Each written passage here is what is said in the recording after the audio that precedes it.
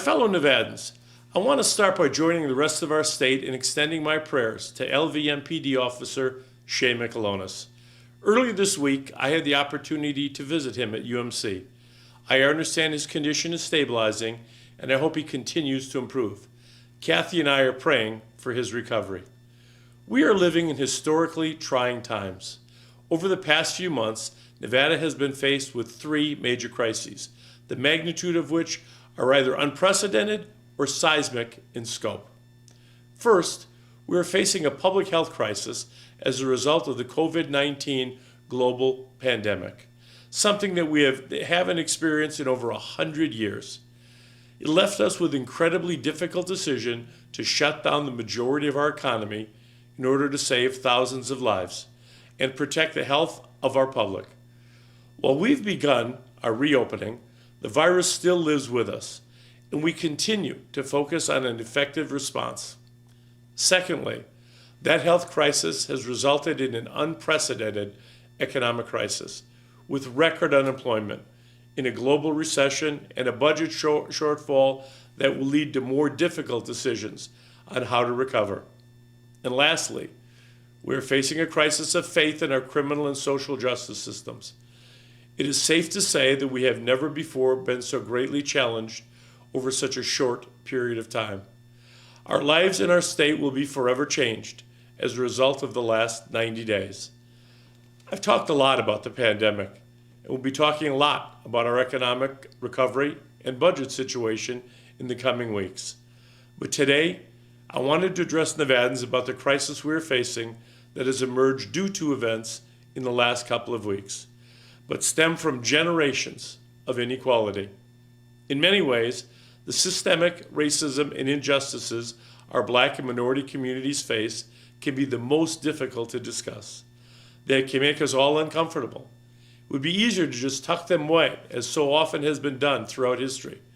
But that would be a disservice to our state, our communities, and all of those who are raising their voices in our streets begging for acknowledgement, change, and justice, because they live with the additional fear that what should be routine or minor police encounters could end tragically. The protests over the past few days were ignited by the deaths of George Floyd and Breonna Taylor.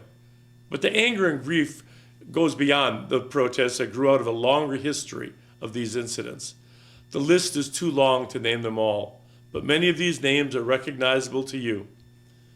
The names Philandro Castile, Michael Brown, Eric Garner, Tamir Rice, Sandra Bland, and Sean Bell are all too familiar to you because over the past few years, their names have been rallying cries as victims of police violence. But these moments of rallying together were brief, and after each rally, we allowed ourselves to drift back to the status quo. And for each opportunity for change that we squander, more lives are lost. George Floyd died because the officers who were arresting him did not listen to his cries that he could not breathe. And because Mr. Floyd can no longer speak for himself, protesters across the country are speaking for him. I am asking all Nevadans to listen to our neighbors who are crying out. In the United States, our attention span for these issues is fleeting and ebbs and flows with the news cycle. But for communities of color, specifically African Americans, these issues persist even when the country does not focus on it. These communities have tried for years to keep us focused on this topic, but have been criticized at every stage. Conversations, town halls, protests, and community meetings have not much changed the landscape nationally of police relationships in minority communities. And when the community united under the banner Black Lives Matter, they were told that all lives matter, effectively undermining their pleas. The statement that Black Lives Matter should not be controversial. It should not be subject to debate. It should not invite any connotation that the fact that Black Lives Matter diminishes the value of any other lives. This declaration is true in the absolute, period. As a white man, I cannot claim to understand what it's like to live in the fear of police encounters. But as governor of Nevada, it is my duty to speak on behalf of all Nevadans, but particularly those who might not otherwise have a voice that is being heard. Here's what I can commit to you. I will no longer be party to a system that dictates how minority communities should express their First Amendment right to protest or their human right to grieve.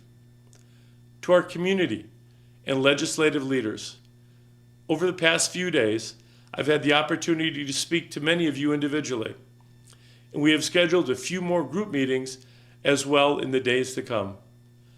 I look forward to meaningful dialogue that leads to real change. I also look forward to signing legislation next session that comes from these conversations. For those who will be out on our streets asking to be seen and to be heard, I thank you. Please do so safely and lawfully. We know that at least a few instances, outside agitators have co-opted your events to advance their own agendas. Know that we are aware of this. Here in Nevada, just yesterday, the U.S. Attorney announced the arrest of 3 men who sought to undermine the protests by throwing tear gas and Molotov cocktails at the police under the guise of protesters.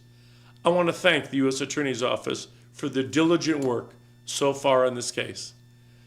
For those of you in Las Vegas, volunteers from our legal community will be present to observe your events. They will be wearing red t-shirts that say Legal Observer on them. They can help. They can help you to understand your rights and what conduct is lawful. But as you protest, know that I see you and I'm listening. Please be safe out there. To our law enforcement officers, I ask that you be patient, compassionate, and sympathetic with our fellow Nevadans. Law enforcement needs to play a critical role in helping our community to heal and in forging stronger partnerships with those you serve. And for those of you who have already begun this important work, thank you. There is no doubt we have much more to do. As law enforcement officers, I call on you to weed out the bad officers, the ones who tarnish the reputation of your profession through their bad acts. And while you're out there, please be safe. I'm not saying this will be easy. If it was easy, it would have been done a long time ago. It would have been solved a long time ago as well.